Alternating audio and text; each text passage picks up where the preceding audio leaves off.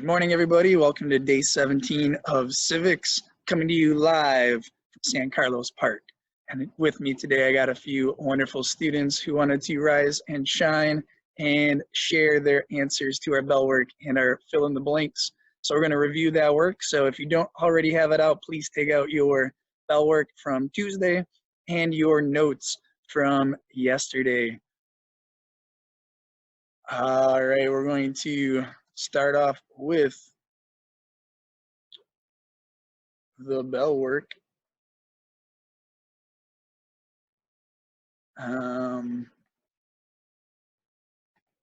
Yeah.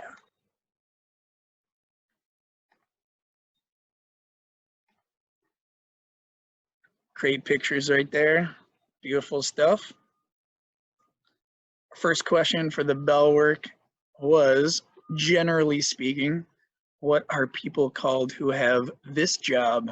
If you've seen those TV shows, yes, they are actually real people with this job. Kind of ridiculous sometimes, but that is true. So number one, Genoa.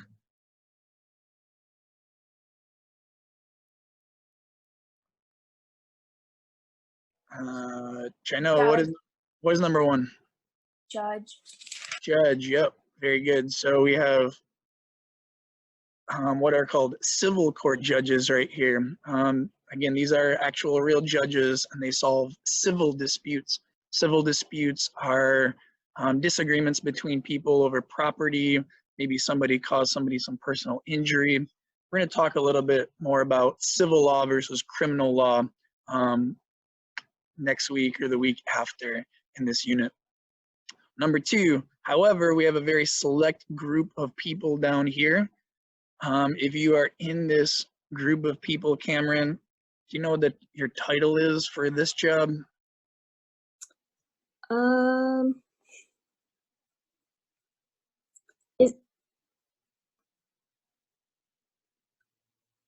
Is it just like justice or like chief justice and then associate justice? All right, well, that's very specific. Yeah, all right, nice job. Oh. So these are the Supreme Court justices. And you're right, there is one Chief Justice. He is the leader of them, but he is the leader among equals. And then he's got 8 Associate Justices. But yeah, these are Supreme Court justices. So we don't call them judges, we call them justices. Number 3, how many people or how many total jobs are available within this group? So Jacob, hopefully you were able to count. Can you count that high? How many jobs are available in this group? 9 jobs. All right, that's right. Very good. There are 9 Supreme Court justices. It's very hard to become a Supreme Court justice. Obviously, there's only 9 of them.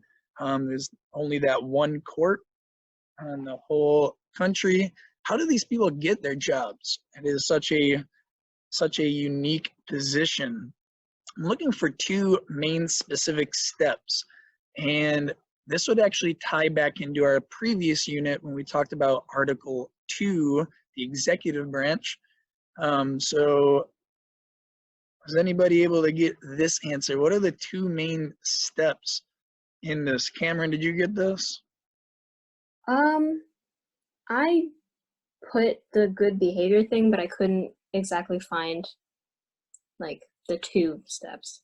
Okay, all right, that's a good guess. So I think that's one of our later questions. The only requirement that's stated in Article 3 to have a job as a federal judge.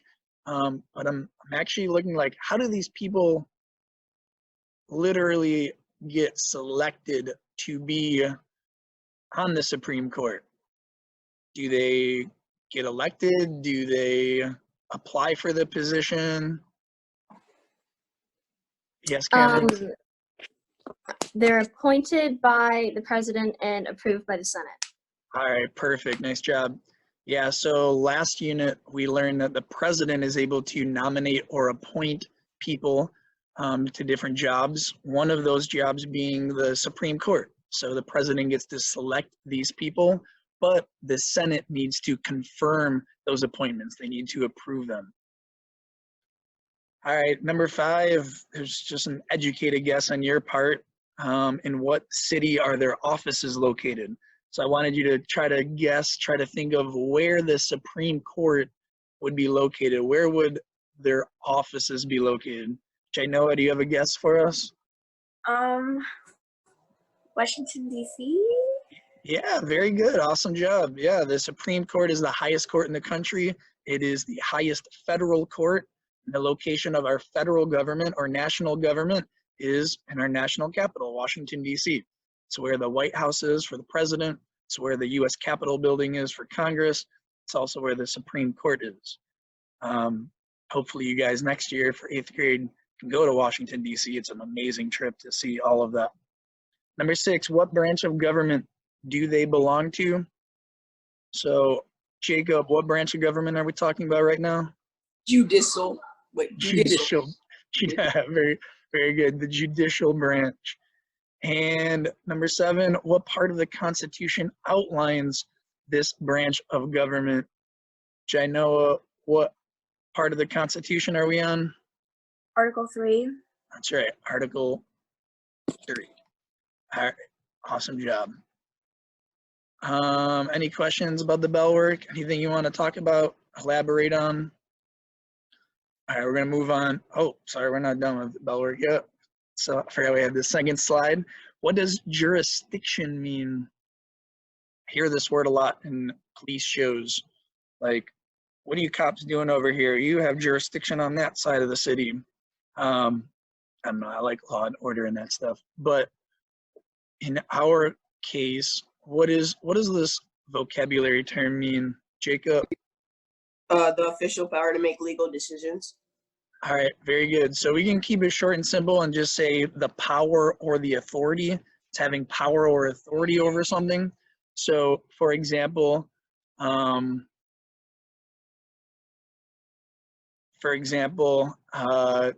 specific courts have power or authority to hear certain kinds of cases.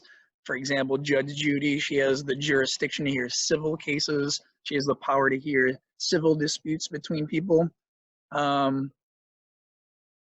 So jurisdiction means the power or the authority to hear a certain type of case. And there's 2 different types of jurisdiction: original jurisdiction and appellate jurisdiction. Say that out loud, appellate jurisdiction. It's not appellate or whatever, appellate jurisdiction. So he wants to explain the difference between original jurisdiction and appellate jurisdiction. Any takers? All right, Jacob, go ahead. So original jurisdiction is like the right of like the court to hear a case for like the first time, and like appellate jurisdiction is like the court to review a case that like already has been reviewed on.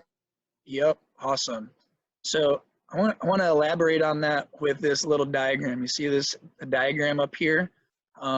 We have the U.S. court system at the top. We have 3 levels of courts. And then the Florida court system underneath it, we have 4 levels of courts in Florida. So let me give you some examples of what original jurisdiction means and appellate jurisdiction.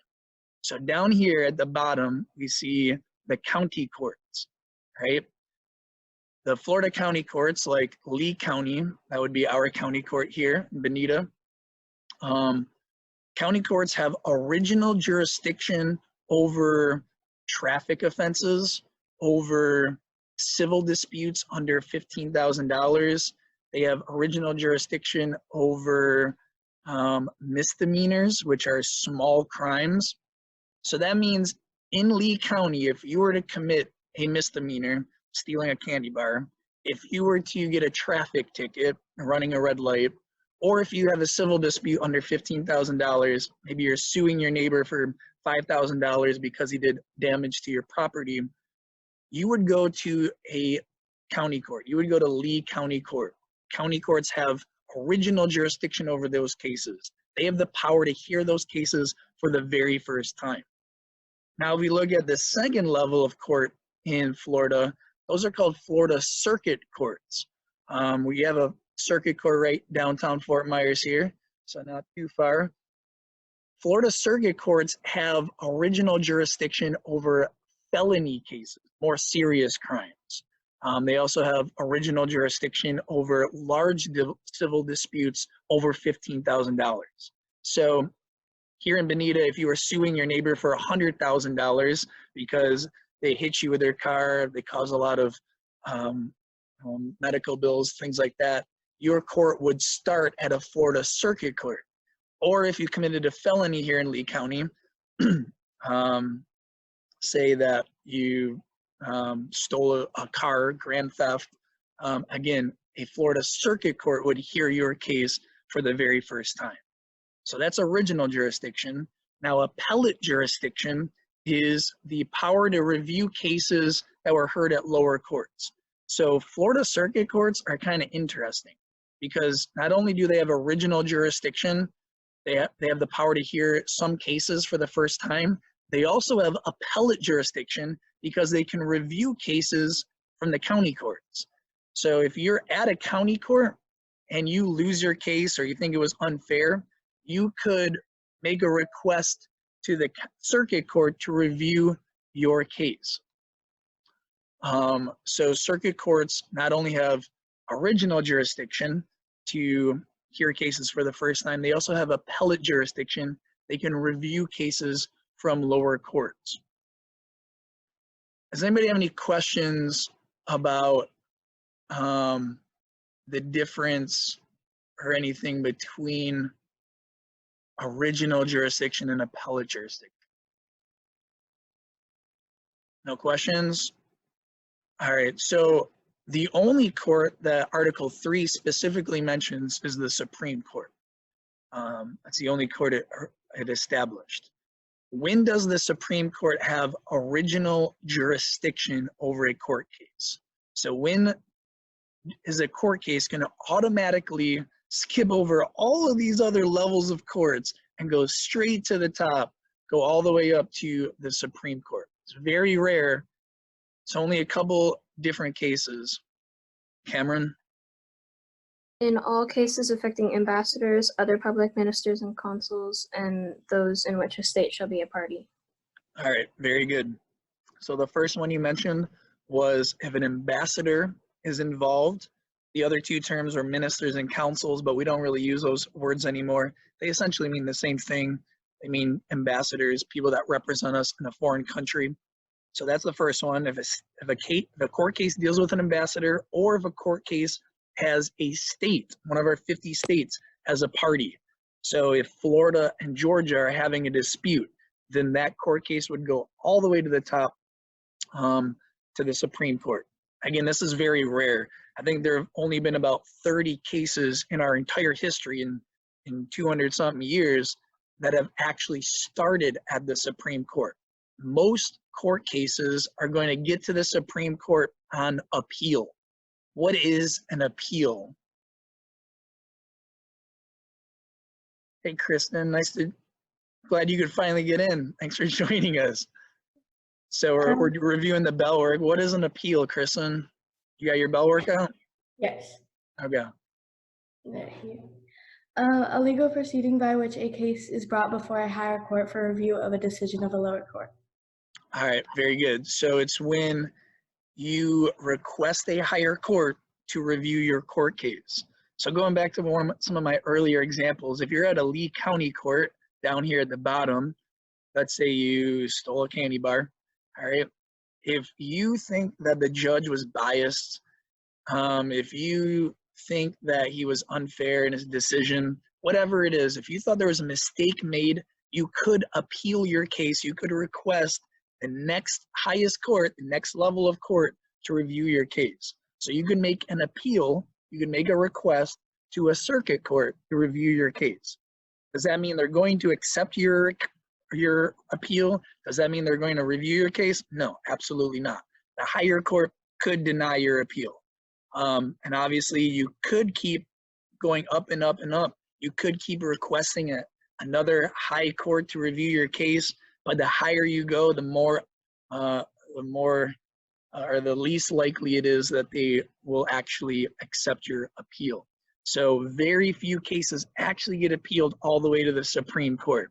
Usually those are big issues like constitutional issues, Like, did your First Amendment rights get violated? Did your employer deny you of certain equal protection guaranteed by the Constitution? Were you discriminated against at work or at school or whatever?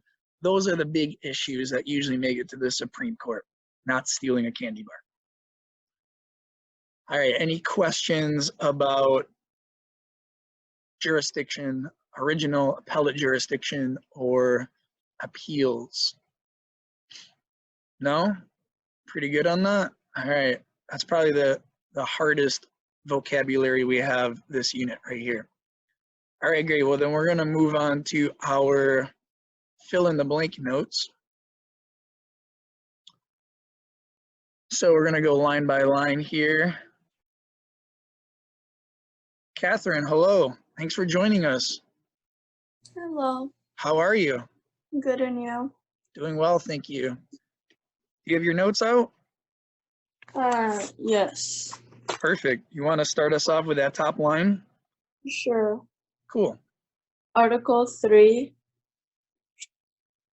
Yep. Oh my god, I can't pronounce it. Yeah, judicial. Yep, very good. Awesome. Yep, Article 3, that's a part of the Constitution we're on right now, and we are talking about the judicial branch. The judicial branch, I can't say it either. The judicial branch is responsible for interpreting and applying laws in a courtroom. So to interpret something means to translate it, to put it into easier to understand words. So basically what they're doing is taking laws that were already made by Congress or a state legislature, and they are applying those laws. They're trying to interpret and make sense of those laws and apply them to a court case. So we had the legislative branch that creates laws, the executive branch enforces laws. Now we have the judicial branch, which interprets and applies laws to court cases. The word judicial itself, for all intents and purposes, just relates to courts applying laws in courts and administering justice, making sure that people are treated fairly in a court of law. All right, Jacob, can you do section A, number 1 for us? Yeah.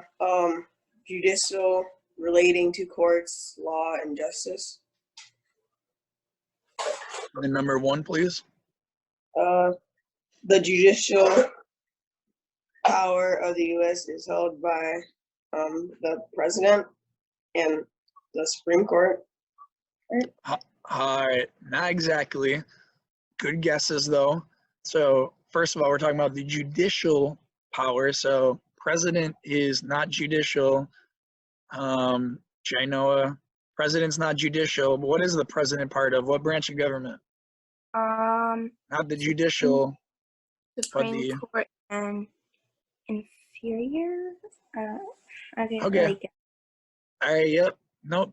Those were that's the answers here. So the judicial power of the U.S. is held by the Supreme Court and inferior courts. Inferior means lower courts. But going back to my previous question, though, Kristen, the president's not part of the judicial branch. What branch is he part of? Executive. Yep. Very good. All right. So moving on to section B. This was in a first part of section 2 of Article 3, the different types of arguments that the Supreme Court will hear.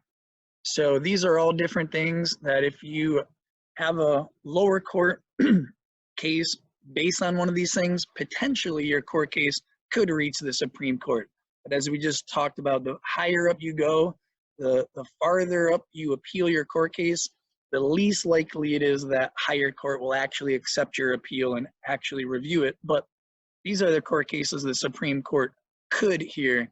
So number 1, Cameron, what type of case is this? Original jurisdiction. No, number 1 right here. Oh, interpret the laws? Okay, that's a good guess.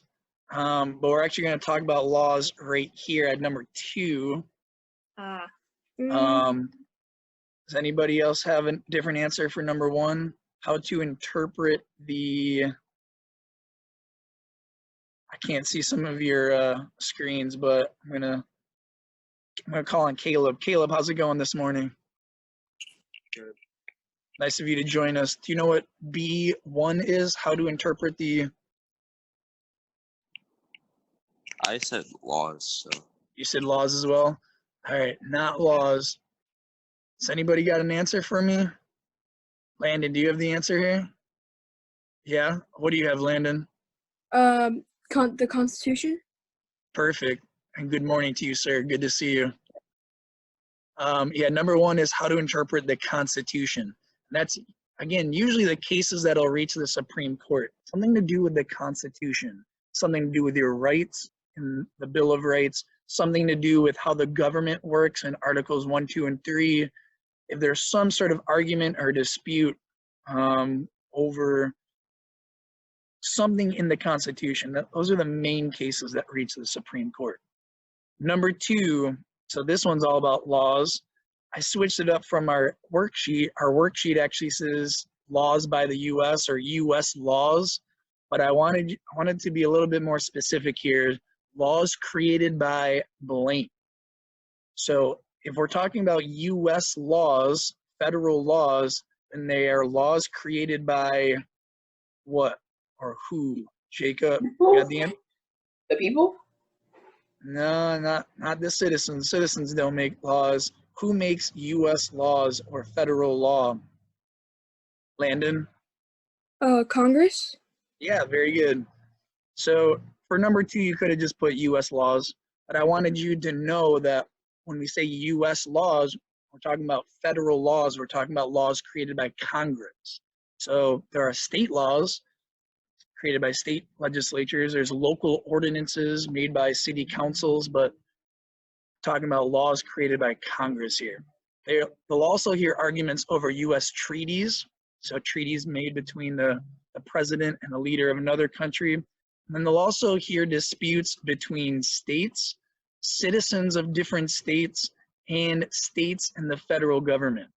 So if there's any ever disagreement between one of the 50 states, a disagreement between the state and the U.S. government, or citizens of different states, those cases potentially could make it to the Supreme Court as well. However, there's only 2 specific cases that will start at the Supreme Court. The 2 different cases that will start at the Supreme Court, Cameron already mentioned, are cases involving ambassadors, ministers, and consuls, and cases in which a state is a party. What is that called? What is that called, Catherine, when the Supreme Court has the power to hear this for the first time? The Supreme Court has blank jurisdiction. Mm,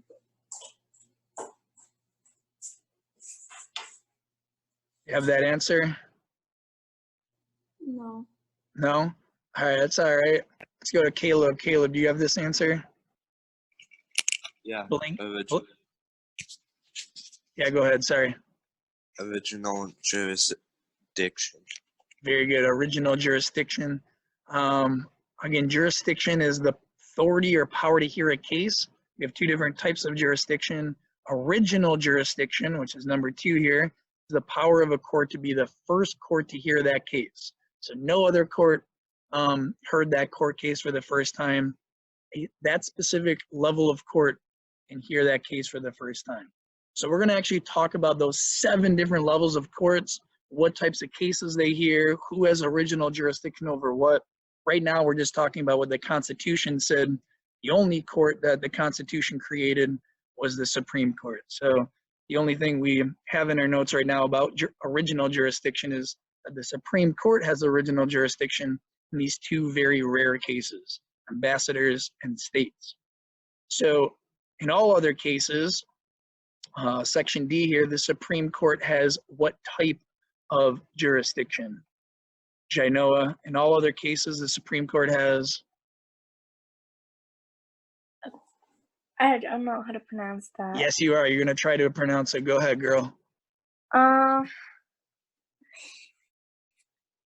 It's all right if you say it wrong. Everybody says it wrong.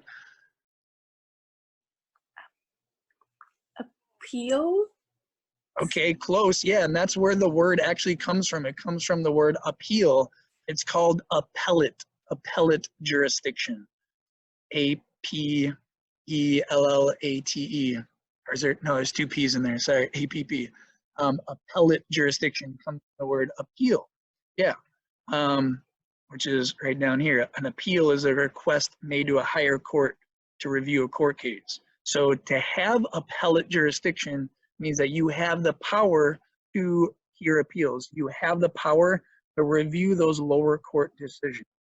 So the Supreme Court being all the way at the top is the last line of appeals. So you could start down here at a lower court, keep appealing your court case, keep requesting a higher level of court to hear you until you reach the top. So the Supreme Court can review those lower court decisions.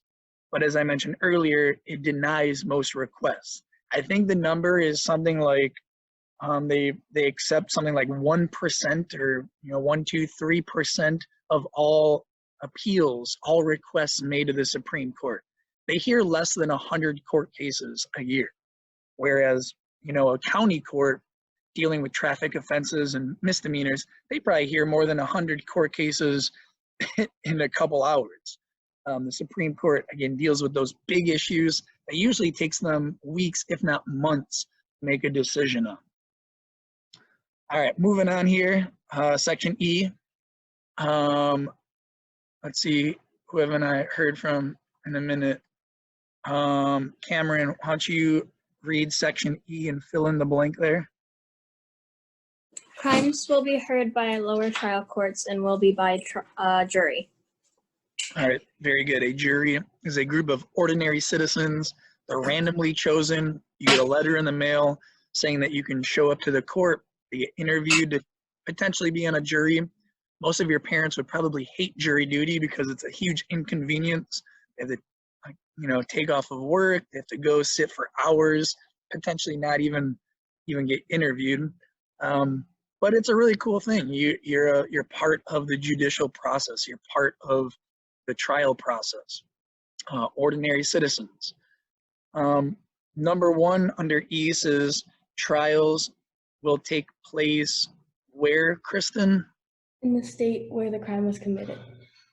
Very good. So if you go to Georgia and you steal a peach and you bring it back down here to Florida, if you get arrested down here in Florida, you're going to be brought back up to Georgia to the place where the crime was committed for your trial.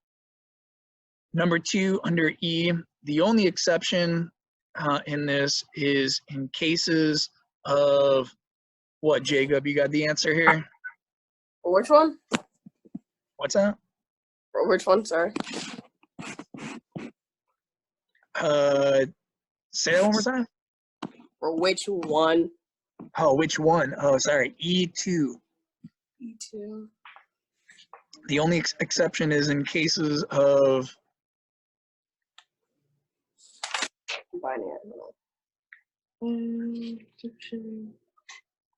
Criminal being guilty? no. Anybody else got the answer? All right, Kristen, what is the answer here? Impeachment. All right, very good. Yeah, we know impeachment is a completely separate thing than in the court system. It has nothing to do with the courts. It's Congress, it's the House of Representatives and the Senate putting somebody on trial, accusing them of some wrongdoing. So this doesn't apply in impeachment. These trials taking place in the state and being by jury. Now, somebody going through impeachment could get arrested and have to go through the separate process, but impeachment itself does not follow these guidelines. All right, in the last section here, section F, the Supreme Court consists of 9 justices. Those are the names we give to the judges on the Supreme Court.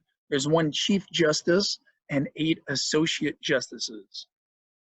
and then we reviewed this on our bell work F1, but some of you guys weren't here for that, so I'm gonna let one of you guys fill in those blanks. So anybody that wasn't here for the bell work earlier, Landon, would you like to fill in the blanks for F1? All right, go ahead, bud. The Supreme Court justices are appointed by the president, right? Yep. And then of the U.S. confirmed, and they're confirmed by commission and serve for their entire life. All right, you got the first one. Nice job. Justices are appointed by the president. President can select them. But they need to be confirmed by who, Kristen? Senate, U.S. Senate. Very good. The Senate has the power to confirm them. So the Senate will kind of hold an interview process and decide whether or not they're going to confirm or approve those appointments, those selections.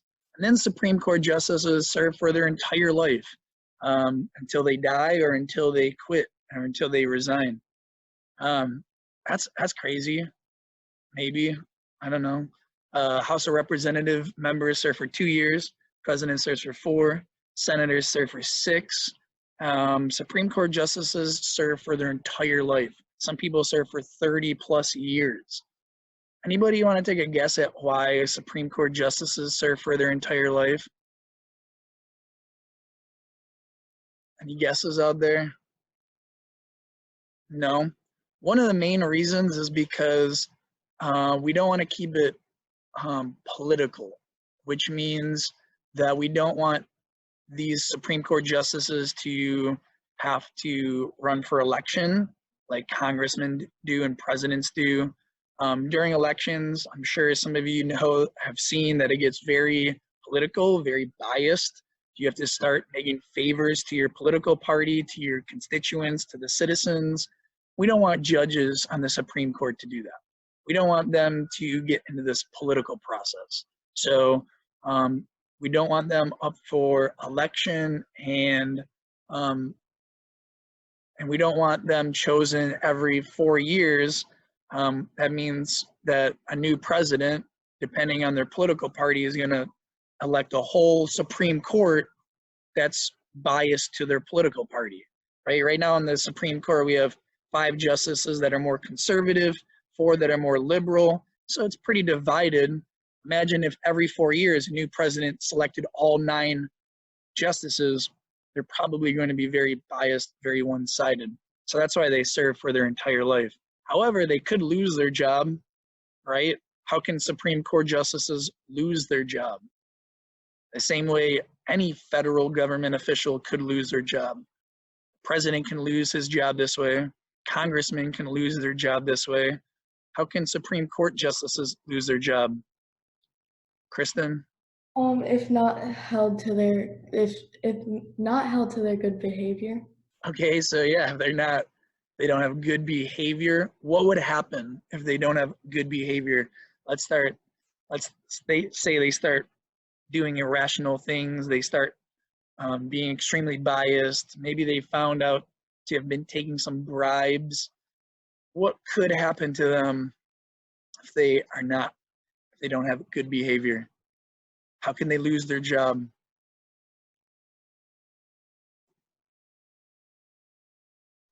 Cameron? They get impeached? Yeah, very good. Impeached. That's how any federal government official would lose their job. All right, I think that wraps up our notes here. So let me just bring it back here. I'm gonna unmute all of you. Yeah. Any last questions, guys? No. No? We're good? Yep. Do they specialize in different things, or is it just like there's just 8 of them that can do anything?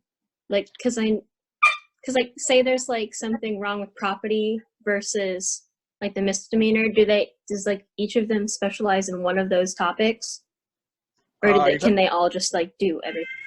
Are you talking about the Supreme Court? Yeah. Sorry, I didn't clarify.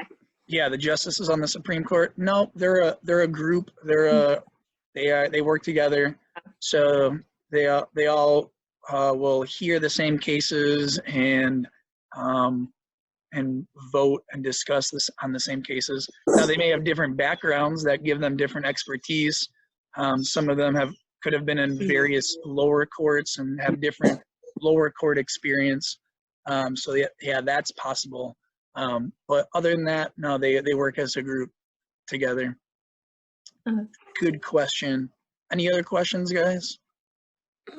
Nope. No? All right, cool. Well, thanks for stopping by this morning, guys. I really appreciate it. You guys got a nice long weekend if you have all your work caught up, because tomorrow, Monday, and Tuesday are just work catch-up days. So that's pretty cool. If you're caught up, then enjoy your nice long weekend. If you're not caught up, get your work done. All right. See you guys.